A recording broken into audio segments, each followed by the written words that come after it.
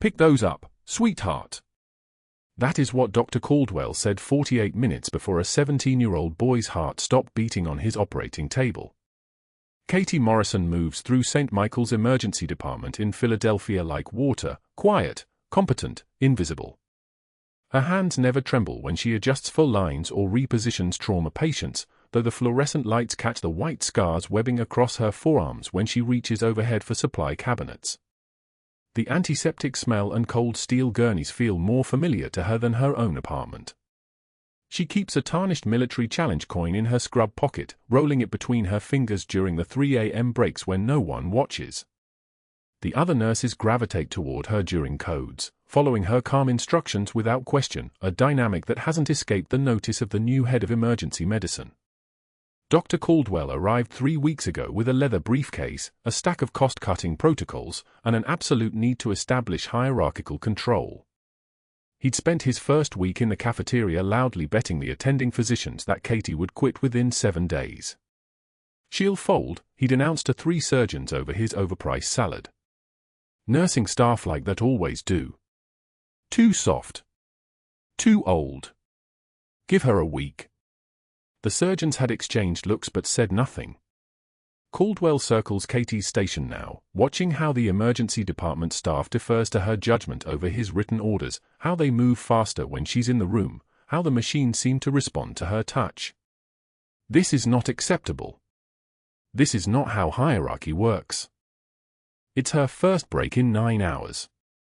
Katie sits at the staff table in the corner of the cafeteria, a turkey sandwich on a tray beside a lukewarm cup of coffee that's probably been cold for 40 minutes. She scrolled through her phone without reading anything, her body running on muscle memory and whatever reserves keep her standing through double shifts. The fluorescent lights buzz overhead like insects trapped in plastic. Around her, the cafeteria smells like industrial cooking oil and something vaguely fermented in the corner trash bin. 2 tables over, Caldwell sits with 4 attending physicians, his laughter too loud, his gestures too expansive. He stands. He walks toward her table with the deliberate pace of someone who has planned this moment. Katie sees him coming. She doesn't look up. The coin in her pocket suddenly feels heavier than it should. "How's the food treating you, Katie?" Caldwell's voice carries across the cafeteria. Every head within 15 feet turns. The coin rolls. "Stop. Start. Stop. It's adequate, Dr. Caldwell." She doesn't offer more. Doesn't invite conversation. He leans against the table. "Close." His posture says he's performing for an audience. "You know what I'm thinking? I'm thinking you might be a little tired. All these long shifts must catch up with someone your age eventually." He smiles. It's the smile of a man who believes he's testing her. "My money says you're done by end of week. You've got the look of someone who's ready for early retirement." Katie continues eating. 1 bite. Then another. The sandwich tastes like nothing. Nothing to say. He reaches for her tray, fingers extended toward her coffee cup. "Maybe you need some water. Clear your head." He knocks the tray as he passes. Not subtle. Not accidental, though he'll call it that later. The sandwich slides across the laminate table. The coffee cup tips. Liquid spreads in a slow brown tide across the surface, dripping onto her scrubs, pooling on the floor with a wet sound like something breaking. The cup hits the tile and doesn't shatter, it's plastic, but it clatters loud enough that everyone stops eating. The cafeteria holds its breath. Katie's jaw tightens. Imperceptible. A muscle spasm. Nothing more. She stands slowly. She doesn't brush the coffee from her scrubs. She bends and begins gathering the debris, the plastic cup, the wet napkins, the fragmented sandwich scattered across the floor like a map of her humiliation. Her movements are precise. Economical. A woman who has cleaned worse things off worse floors. Her hands are steady. Her breathing is steady. The scars across her forearms catch the light as she wipes the table surface. "Oh, I'm so sorry," Caldwell says from his chair. Clumsy of me. You'd think someone with your experience would have better reflexes. He laughs. His audience laughs. Behind her, Katie hears the surgeon's chairs scrape backward. They're leaving, uncomfortable, which means they understand what just happened and want no part of it. Katie finishes cleaning. She discards everything in the bin. She walks back to her station without responding, without acknowledging Caldwell's continued presence, without giving him the satisfaction of seeing her expression change. But her pocket suddenly feels cold. The coin is cold. Everything is cold. That night, alone in her apartment in northeast Philadelphia, Katie sits on her bed in the dark. The city breathes outside her window, sirens, distant traffic, the mechanical hum of her refrigerator in the kitchen. She pulls the coin from her pocket. Tarnished silver. It catches the streetlight filtering through the blinds. She rolls it between her fingers. Over and under. Over and under. The motion is automatic, muscle memory carved so deep it might as well be breathing. Stop. Start. Stop. She allows herself exactly 60 seconds to remember who she used to be. Exactly 60 seconds to feel something other than composure. 1 minute. That's all she gets. Then she puts the coin back. She showers. She sleeps. She arrives at St. Michael's the next morning at 0600 hours, 20 minutes before her shift, because that's what competent nurses do. That's what Master's Chief Petty Officers do. That's what survivors do. Room 347 is 3 doors down from the main nursing station. The patient is a Navy captain named James Richardson, admitted 3 days ago with acute myocardial infarction, currently stable, currently recovering. He's in his early 50s, dark hair with grey at the temples, the kind of bearing that comes from 30 years of military hierarchy. He has a tattoo on his forearm. Katie sees it when she enters to check his vitals at 0630 hours. Military stencil font. The name Katie. It's faded now, maybe 5 years old, the edges blurred the way tattoos blur when they've been acquired in field conditions by someone using improvised equipment. She doesn't react. She checks his full line. She confirms the monitors. She adjusts his blanket with the same professional efficiency she brings to every patient. Captain Richardson watches her move through the room. He sees the grey hair. He sees the lines around her eyes. He sees a nurse. He doesn't see the person whose hands once held his chest cavity open while his heart tried to stop. He doesn't see the Master Chief Petty Officer who carried him through 3 kilometers of Tikrit gunfire 5 years ago, her own blood mixing with his, her teeth gritted against the shrapnel embedded in her back, her voice steady despite everything. Stay with me. Stay with me. Extraction is 12 minutes out. Time does something strange to faces. Trauma does something stranger. He'd known her as a woman with a shaved head in tactical gear covered in hydraulic fluid and worse things. Her hands had been covered in his blood. Her voice had been harsh with necessity. He would know that voice anywhere, he thinks. He would recognize those hands. But a person aged differently. A person in civilian scrubs instead of combat gear might be anyone. How are you feeling, Captain? Katie's voice is calm. Professional. 30 years of training compressed into a neutral tone. Stable, he says. Better than yesterday. She nods. She charts his numbers. 0645 hours. Everything is normal. Everything is routine. Everything is exactly as it should be. But that's when the intercom crackles. Code Blue, Trauma Bay 2. Incoming ETA for minutes. Multi-vehicle collision, Route 676. 2 pediatric patients. Multiple trauma. Prepare Trauma Bay. The code alert echoes through the department. Overhead paging. The particular kind of organized chaos that comes when a hospital knows severity is incoming. Katie's movements don't change, but her focus narrows. The coin in her pocket suddenly feels warm. Ticking clocks always do. She has no idea what's about to happen.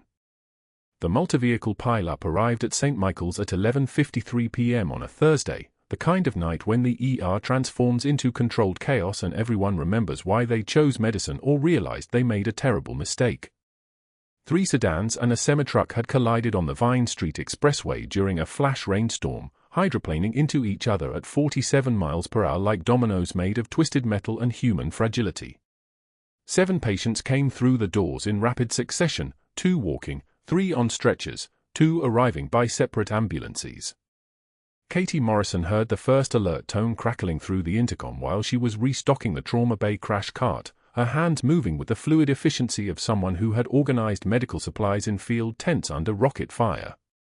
She knew the rhythm of incoming traumas the way a conductor knows a symphony: alert tone, arrival window, triage chaos, then the careful orchestration of organized response. The worst case arrived fourth. A 16-year-old boy named Marcus Chen, steering column driven directly into his sternum, the kind of injury that looked fatal the moment you saw the chest X-ray. His pressure was already dropping. His oxygen saturation hovering at 88%. The paramedic report came through in rapid-fire fragments: crush injury to anterior chest, lost consciousness at scene. GCS-8. 2 large bore-fores running wide open, no response to initial resuscitation. Dr. Caldwell took the lead immediately, which meant ordering lab work and imaging despite the fact that every second ticking past was a second the boy's heart wasn't being perfused. Katie watched from her position at the bedside as Caldwell called for a stat chest CT, a stat 12 lead EKG, more blood work. The cardiothoracic surgeon was 20 minutes out, stuck in traffic from the accident scene itself, the same accident that was killing this boy while they waited for him to navigate the same roads that had caused the collision. The monitors told the story. Pressure 76/42. Oxygen sat dropping to 85%. Heart rate climbing to 142, the rhythm increasingly irregular. Katie's hands remained perfectly still as she adjusted the flow, her face showing nothing as she watched the boy's color shift from pale to gray.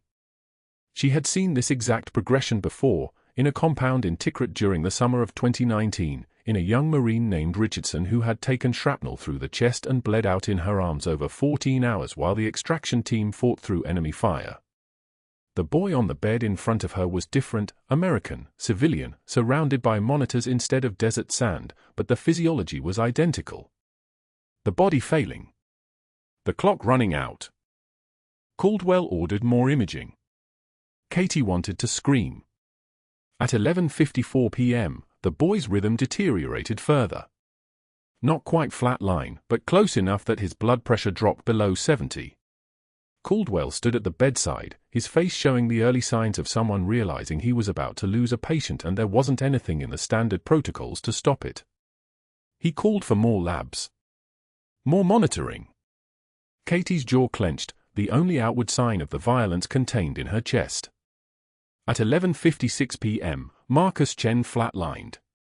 Caldwell called for standard ACLS protocol, epinephrine, chest compressions, defibrillation pads. The residents jumped into action with the mechanical precision of people following a checklist. Compressions. Shock. Compressions. Nothing. The monitor remained flat, a green line that looked like a sentence with no ending. Katie's hands moved before her brain finished the thought.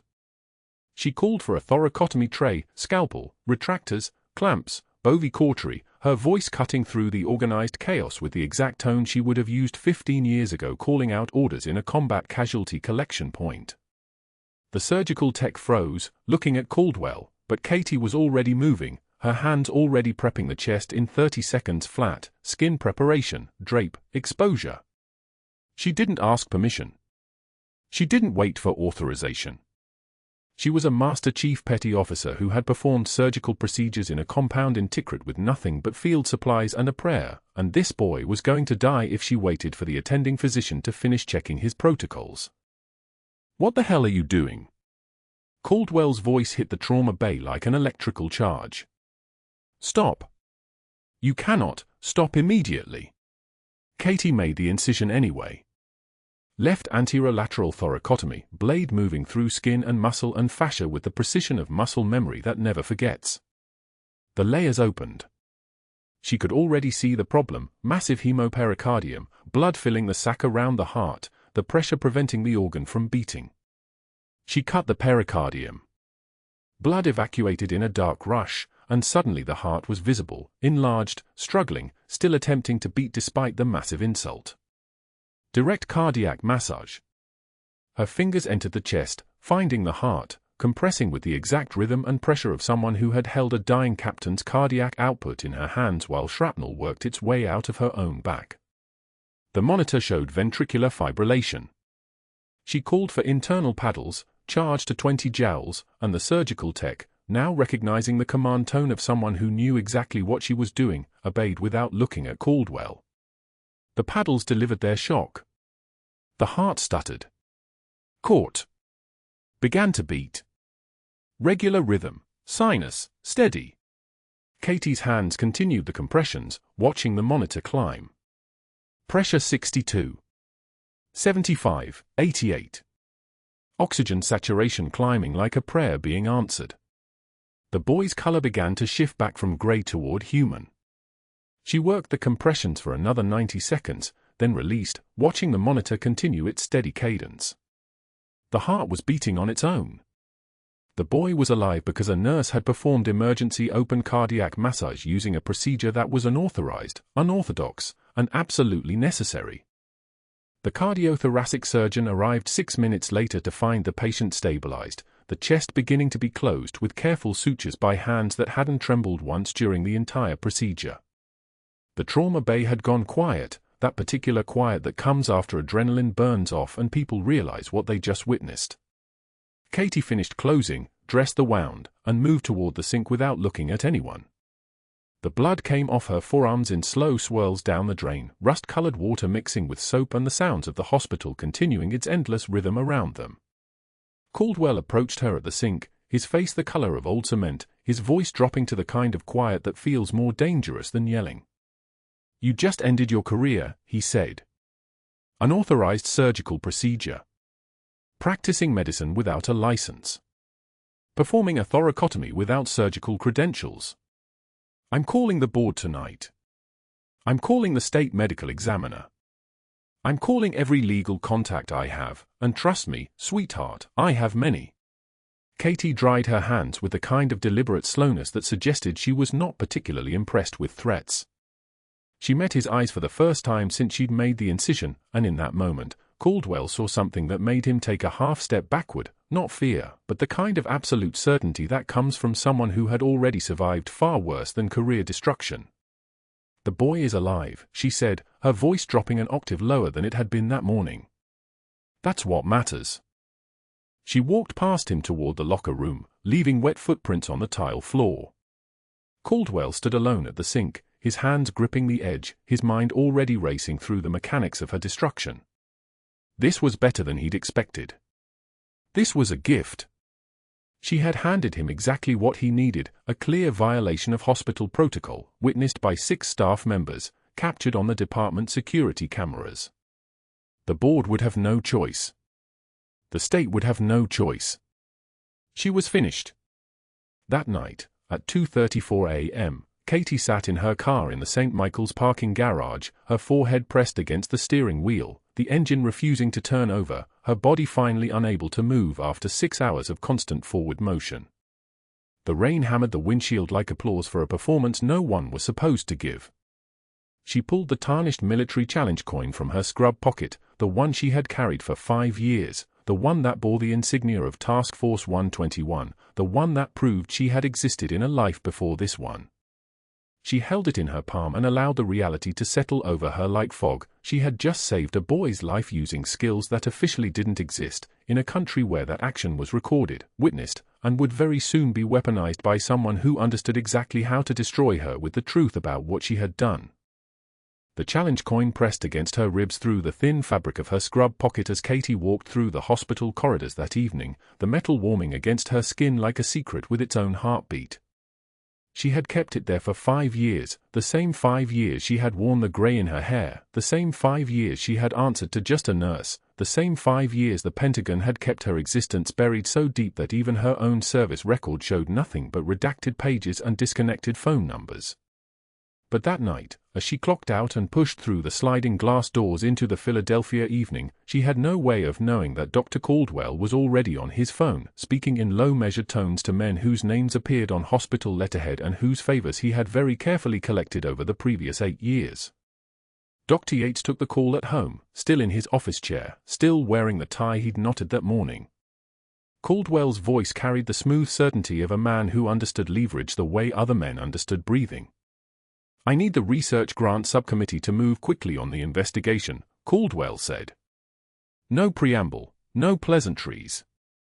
There's a nurse on staff who performed an unauthorized surgical procedure. Cardiac intervention without proper credentialing. The boy survived, for now, but we both know what happens if there's a complication down the line and we haven't documented our due diligence." Yates had needed Caldwell's dataset for his knee grant application for 14 months. The dataset sat in Caldwell's locked office, irreplaceable, specific to Caldwell's cost analysis research. "How quickly?" Yates asked. Caldwell smiled, audible in his voice. 48 hours. I'm bringing in an outside investigator from Harrisburg. We need board members who understand the magnitude of this liability. 48 hours. Yates wrote it on his legal pad and circled it twice. The second call went to Dr. Pemberton at his home in Gladwine, where he was reviewing his son's acceptance letter to Thomas Jefferson University School of Medicine for the 37th time since it arrived that morning. Caldwell had made that acceptance happen. A letter to admissions, a strategically timed conversation with the dean, a subtle mention of Caldwell's upcoming major donation to the medical school's research wing. Pemberton's son would be a doctor because Caldwell had decided it would be so. The phone call lasted 90 seconds. By the time Pemberton hung up, he had already committed to voting for the investigation. The third call went to Harrison, the board chair, whose entire cost containment initiative depended on Caldwell's data analysis and whose reputation as a forward-thinking administrator rested entirely on Caldwell's willingness to champion his vision. 3 calls. 3 men who understood that favors were currency and that Caldwell had just decided to collect. By morning, the formal investigation was already moving through the hospital's administrative machinery like a blade through warm flesh, clinical and precise. Dr. Patricia Frame arrived from Harrisburg with a leather briefcase and the particular expression of someone who had spent 20 years investigating healthcare professionals and had learned to recognize the smell of genuine negligence versus institutional theater. Frame was competent. Frame was relentless. And Caldwell had made certain that Frame would walk into a carefully constructed narrative about an employee with a fragmented work history, gaps that didn't make sense, references that didn't quite check out. Katie's phone rang at 7:43 a.m. HR wanted to meet. Her stomach didn't drop. She'd been a Master Chief Petty Officer in hostile territory, and the skills that kept you alive in Tikrit included the ability to partition fear into data instead of feeling. She pulled on clean scrubs, braided her grey hair tight, checked herself in the mirror. The face that looked back was steady. Composed. The face of someone who had learned that trembling was a choice and she had stopped making that choice a long time ago. The meeting happened in the third-floor conference room with its particle board table and the smell of burnt coffee from the pot that no one had bothered to empty the night before. Frame sat across from her with a legal pad and a fountain pen, her reading glasses suspended on a beaded chain around her neck. Caldwell wasn't present. That was the elegance of it, the deniability of it. Caldwell had set the machinery in motion and then stepped away to let it do the work. "Tell me about the gaps in your employment history," Frame said, pen poised. "Between 2011 and 2013, there's nothing. No record of where you were, no forwarding contact information from your previous employer. Between 2017 and 2018, another 18-month void. And then from 2008 to 2010, your supervisor at the Nevada facility, the records show someone named Colonel Matthews, but there's no Colonel Matthews in the Nevada hospital system, at least not in any searchable database." Katie's voice remained level. "I'm not able to discuss those periods." "You're not able or you're unwilling." "I'm not legally able." Frame made a note. The pen scratched across the paper with a sound like fingernails on glass. "That's very mysterious, Ms. Morrison. Most nurses are happy to provide employment verification. Most nurses have nothing to hide." Frame looked up from her pad, her eyes sharp as surgical steel. "Your actions in the trauma bay yesterday, the direct cardiac intervention on a minor without attending physician authorization, that's extremely serious. If that boy had coded, if there had been any complication whatsoever, the hospital would be facing a substantial liability claim. And now I'm looking at employment records that suggest you may have a history of operating outside proper channels." Katie didn't respond. Silence was a weapon she knew how to use. Frame continued. "Here's what I need from you: authorization forms for me to contact every previous employer and request complete personnel files. References. Credentialing documentation. Educational transcripts. All of it. If there's nothing to hide, this should be straightforward." Katie signed the forms with the same steady hand she used to start fours. She knew what would happen when Frame called those numbers. She had called them herself 5 years ago when she first arrived at St. Michael's. She knew what the person on the other end would say: records unavailable. Classified personnel file. Military service, further inquiries directed to Pentagon Public Affairs Office. She knew that the gaps in her history weren't failures or incompetence. They were erasures. Deliberate, legal, official erasures. The kind that happened when a Master Chief Petty Officer's unit was supposed to disappear from institutional memory after a Black Ops extraction went sideways. The kind that happened when the official report stated the mission never happened. Frame was calling before Katie even left the hospital. 2 hospitals in Nevada and Arizona. A clinic in Montana where she had worked under a different name, her actual name on file but the dates mysteriously incomplete in the system. Each institution gave Frame the same response: employment terminated by request, final paychecks handled through special payroll, no forwarding information available. It made her sound like she was running from something. It made her sound like she had destroyed evidence. The investigation report was completed in 44 hours. Katie sat in the same conference room with Frame and 2 members of the hospital's legal team, and she listened to Frame summarize her findings in language that sounded damning even when the facts were incomplete. Unauthorized surgical intervention. Inconsistent employment history. Apparent effort to conceal past work record. Inability to provide adequate credentialing documentation. Recommendation: immediate suspension pending full review by the State Nursing Board. The words floated across the table like a death sentence written in bureaucratic language. Katie didn't argue. She didn't explain. She simply accepted the suspension letter when it was handed to her, printed on hospital letterhead, effective immediately. The walk to her locker happened at 3:17 p.m. An HR representative named Susan Chen accompanied her, not unkindly, just there to ensure protocol was followed. Katie's locker was in the staff area on the 2nd floor, the one she had occupied for 5 years, the door painted a institutional gray that matched the tile walls. She opened it. The spare scrubs, neatly folded.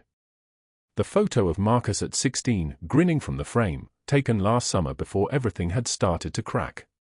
The challenge coin in its usual place on the top shelf, the metal worn smooth from 5 years of being held, the Task Force 121 insignia barely visible in the fluorescent light.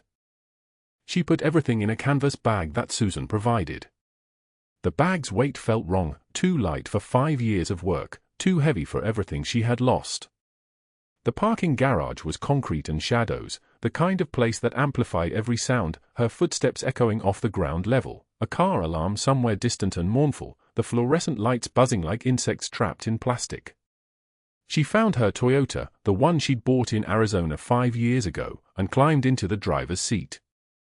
The vinyl smelled like the sanitizer she used to wipe everything down on Sundays. She turned the key.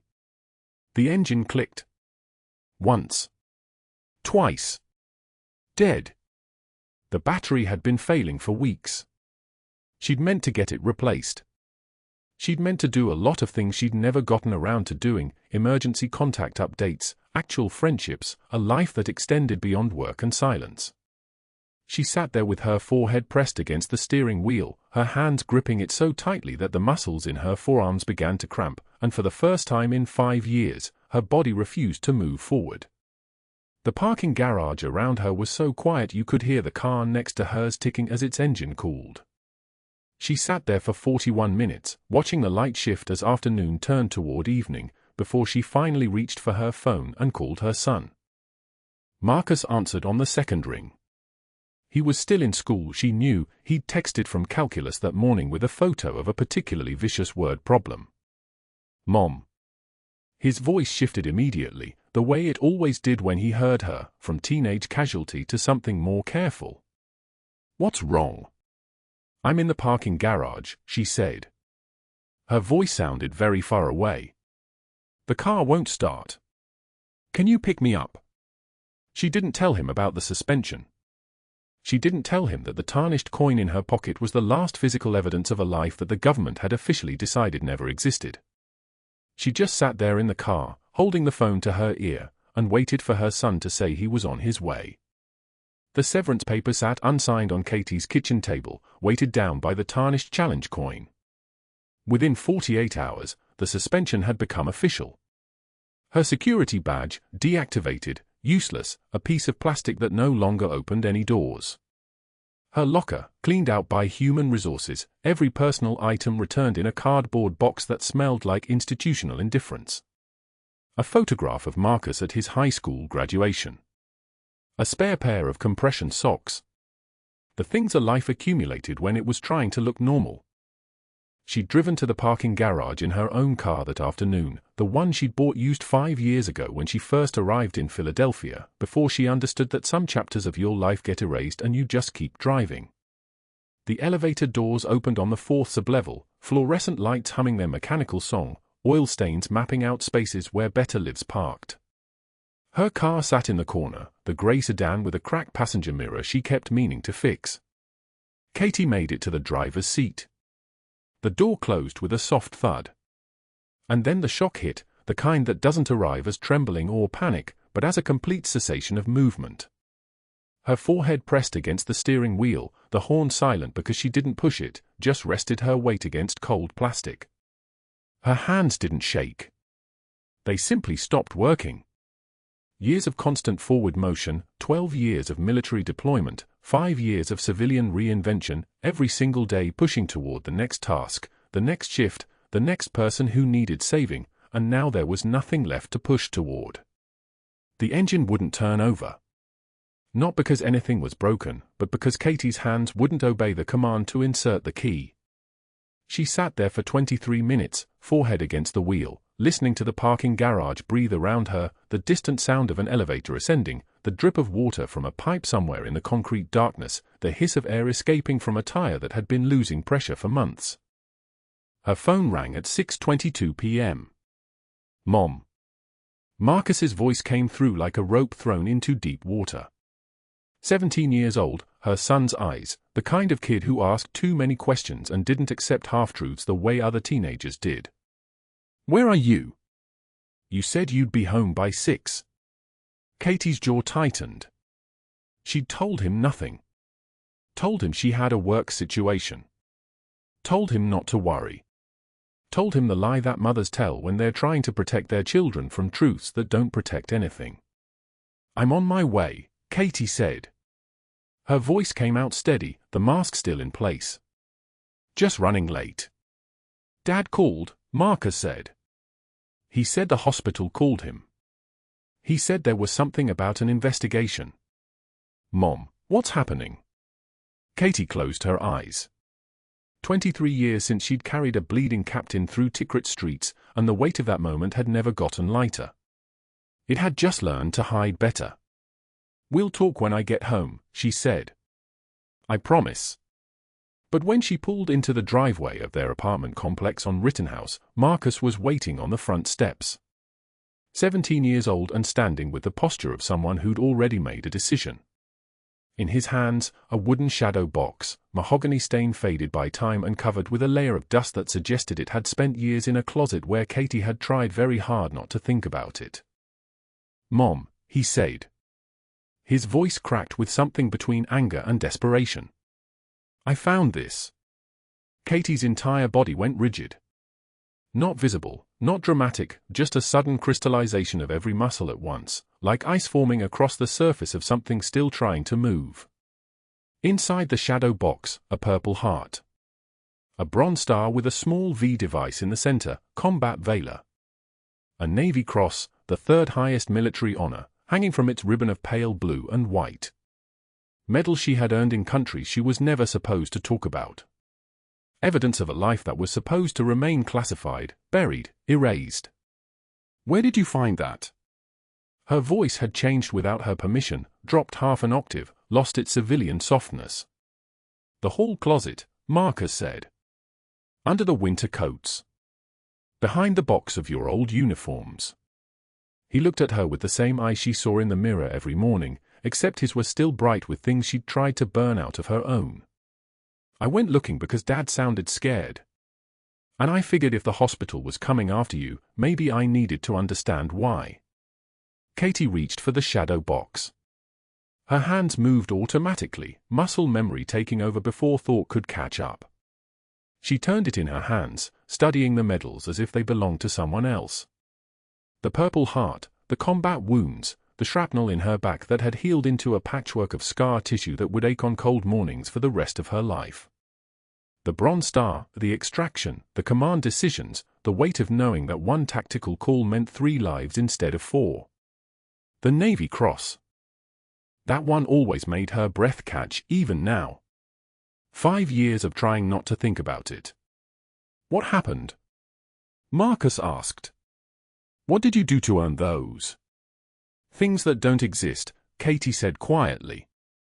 "Things that the government decided never happened. That's why there's no record, that's why there's no explanation. The people who know the truth aren't allowed to talk about it. And the people I'm allowed to talk to don't know." Marcus took the shadow box back gently, like it was made of something fragile.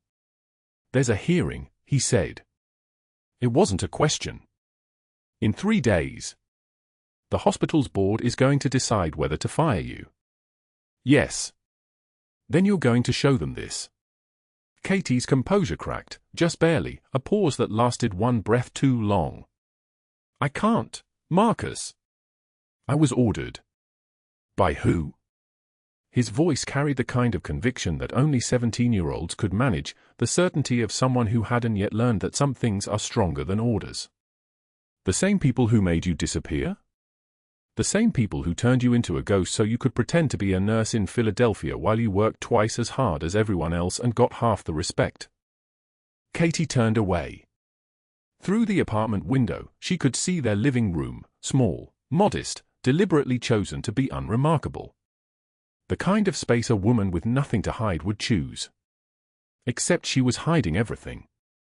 Had been hiding everything for 5 years. Had become so good at the quiet that the world had stopped seeing her entirely. "If I show them those medals," Katie said, "if I let anyone know what's in that box, the Pentagon will know." "There are people." "There are people," Marcus interrupted, "who are probably breaking laws right now to protect Dr. Caldwell. Isn't that how this works?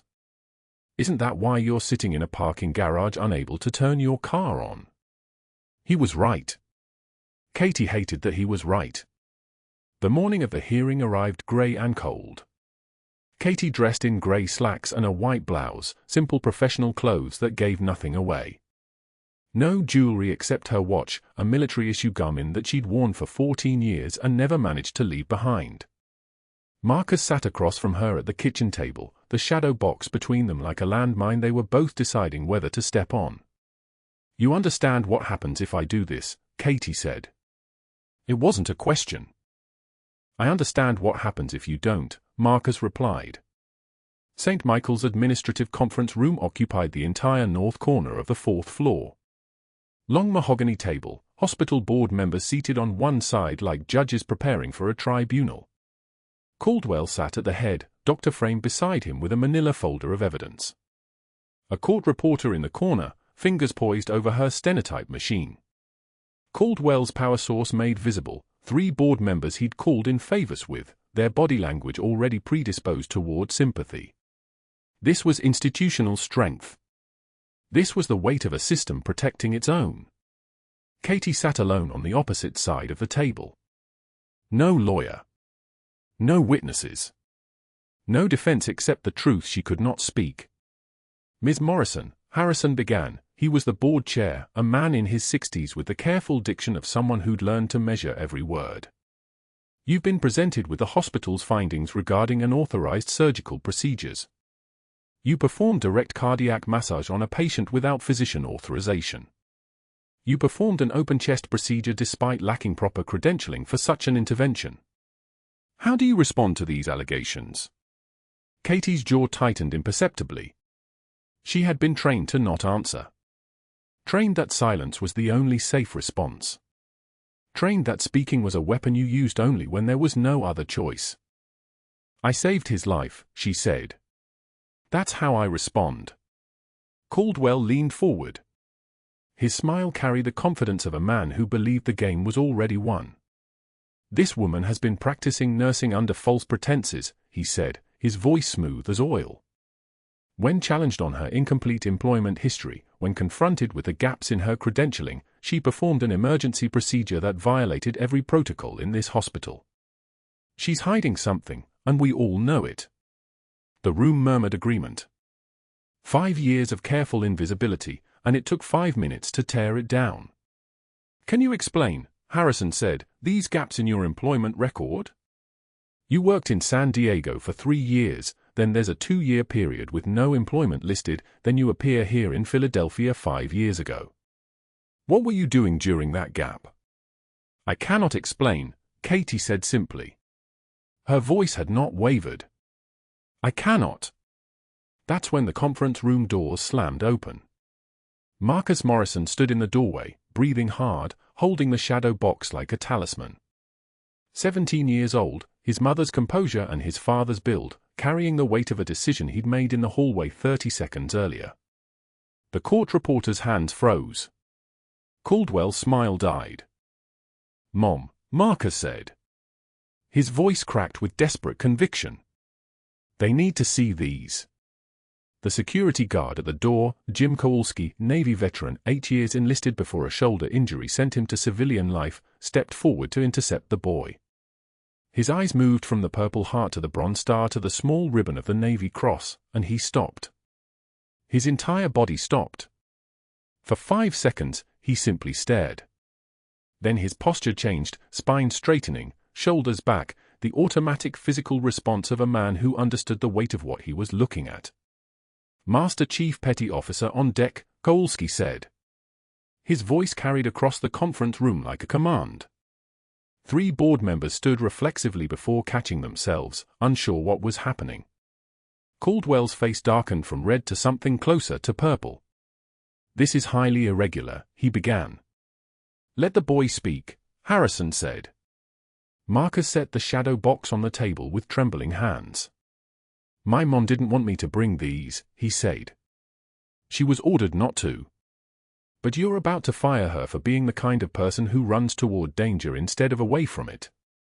A voice from the back of the room, "Master Chief Morrison."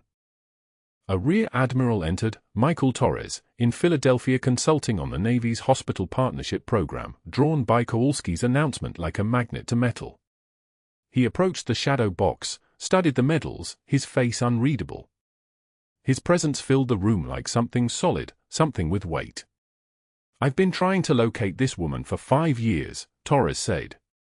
He produced a tablet, pulled up a file that required 3 levels of Pentagon clearance.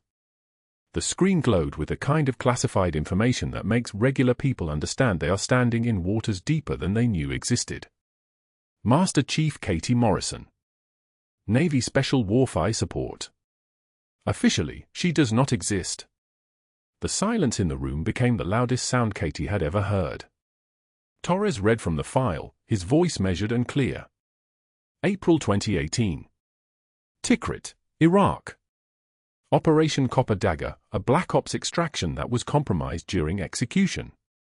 Master Chief Morrison's unit provided medical support. When enemy fire became sustained, she personally carried a critically wounded Navy captain 3 miles through active combat zones with a sucking chest wound. She remained with him for 14 hours in a contested safe house, maintaining hemorrhage control while she herself sustained shrapnel wounds to the lumbar region until rescue extraction could be executed. That captain survived because of her actions. He looked up from the tablet. She received the Navy Cross for that operation. Then the Pentagon made her a ghost. Captain James Richardson stood from the observer chairs, the same cardiac patient from room 347, the man whose name Katie had thought was just a name until this moment. He moved with the steady gait of someone whose heart had been saved, and he rolled up his sleeve. On his forearm, in military stencil font, Katie. "I am that captain," Richardson said. His voice was thick. "I didn't recognize her when she checked my vitals last week. She had dark hair then. She was stronger, in the way you are when you're still carrying the weight of active duty. But I have carried her name on my skin for 5 years because I didn't know how else to remember the woman who gave me my life." He looked directly at Katie. Recognition, finally. 5 years of not knowing, and now, in a conference room on the 4th floor of St. Michael's Hospital in Philadelphia, he saw her. Actually saw her. "Master Chief," he said. "It's you." Katie's composure held steady until that moment.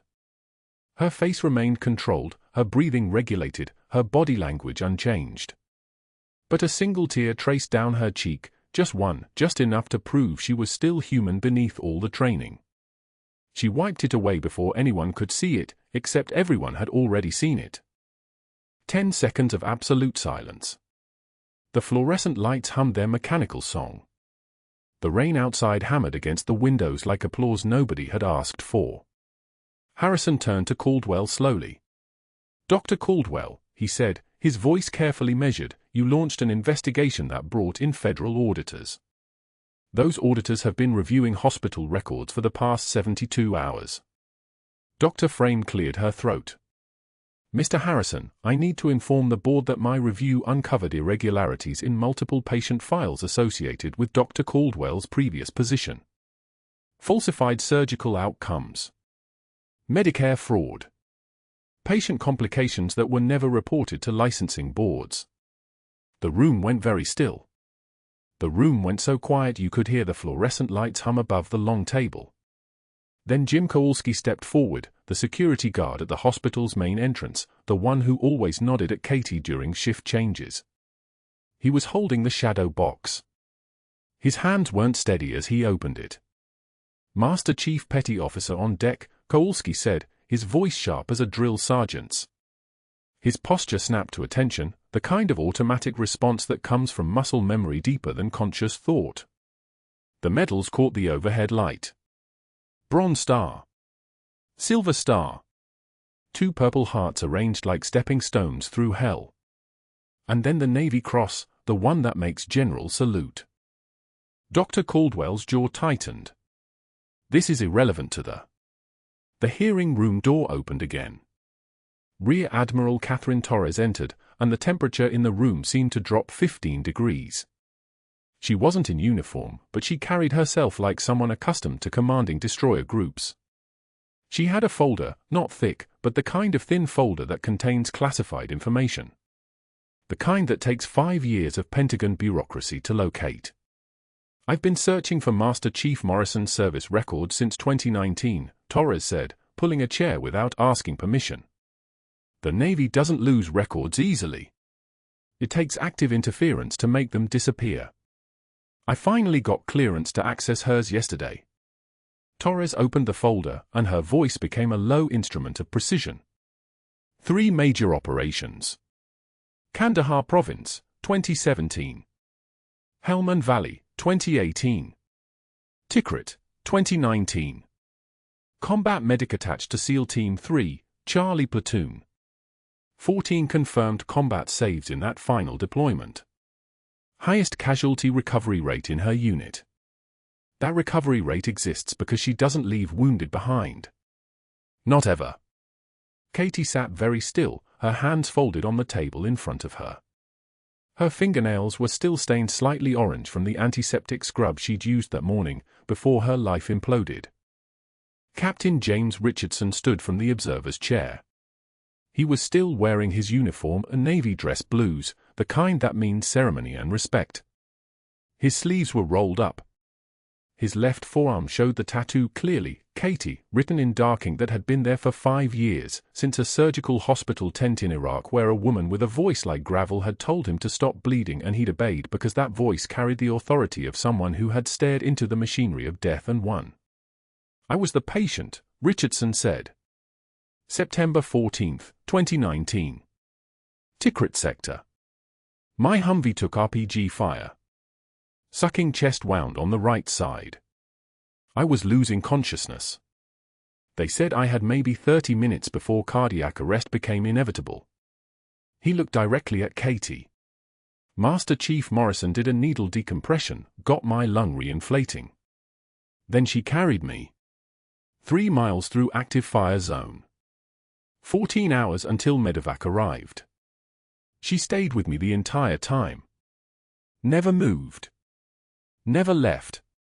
When the helicopter finally landed, she was bleeding from shrapnel in her back, and she was still holding pressure on my chest wound like she had all the time in the world.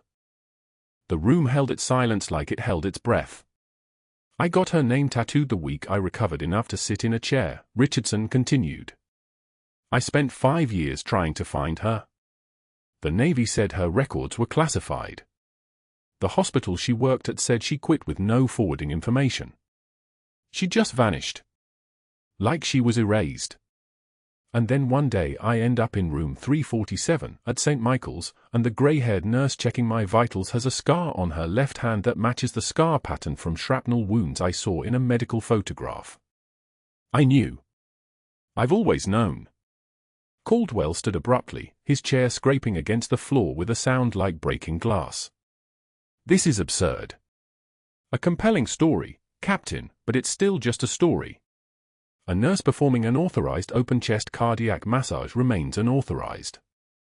The medals don't change the precedent we're setting by allowing surgical procedures outside proper channels. That saved a child's life, Torres interrupted, her voice carrying the weight of rank even in civilian clothes.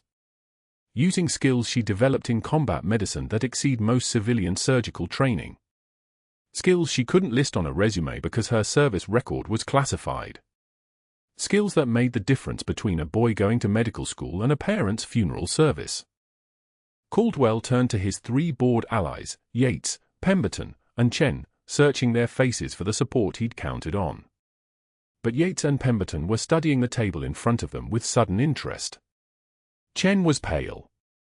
They owed Caldwell favors, everyone understood that, but not enough to go down with a sinking ship. Not when federal auditors were on the table. Hospital President David Harrison opened a folder that Torres had slid across to him. "Dr. Caldwell," Harrison said quietly, "these are preliminary findings from the Medicare audit. 43 surgical procedures at your previous hospital show discrepancies between reported outcomes and actual patient records.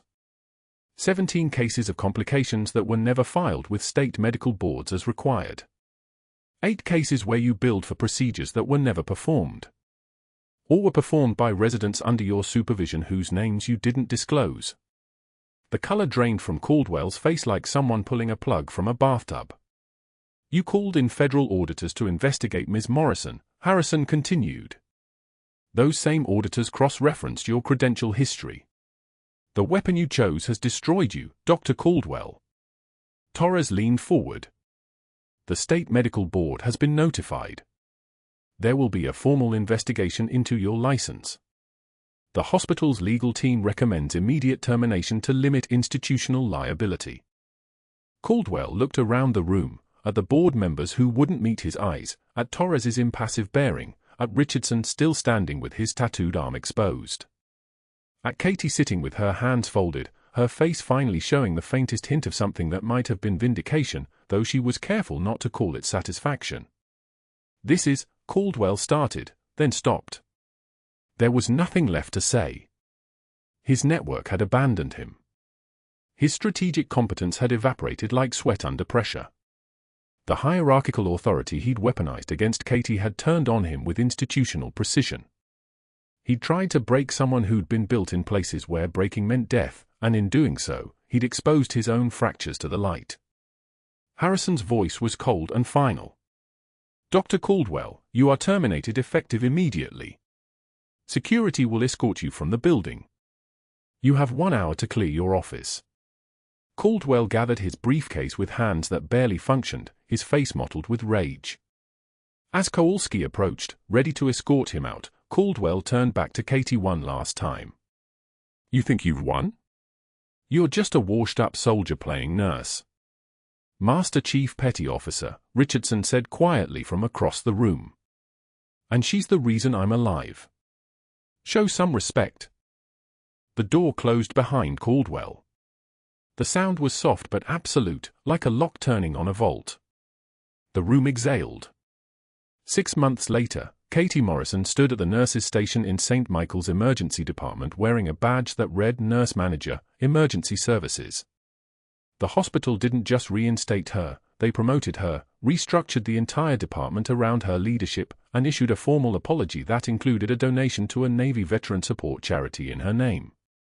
The boy whose heart she'd restarted, Daniel Chen, 16 and healthy, now volunteered in the ER twice a week, talking about medical school applications the way kids talked about the future. Through the break room window, Katie could see Philadelphia Community College across the street. Dr. Caldwell was in the second-floor classroom, setting up CPR mannequins for a basic certification course. He taught for minimum wage now.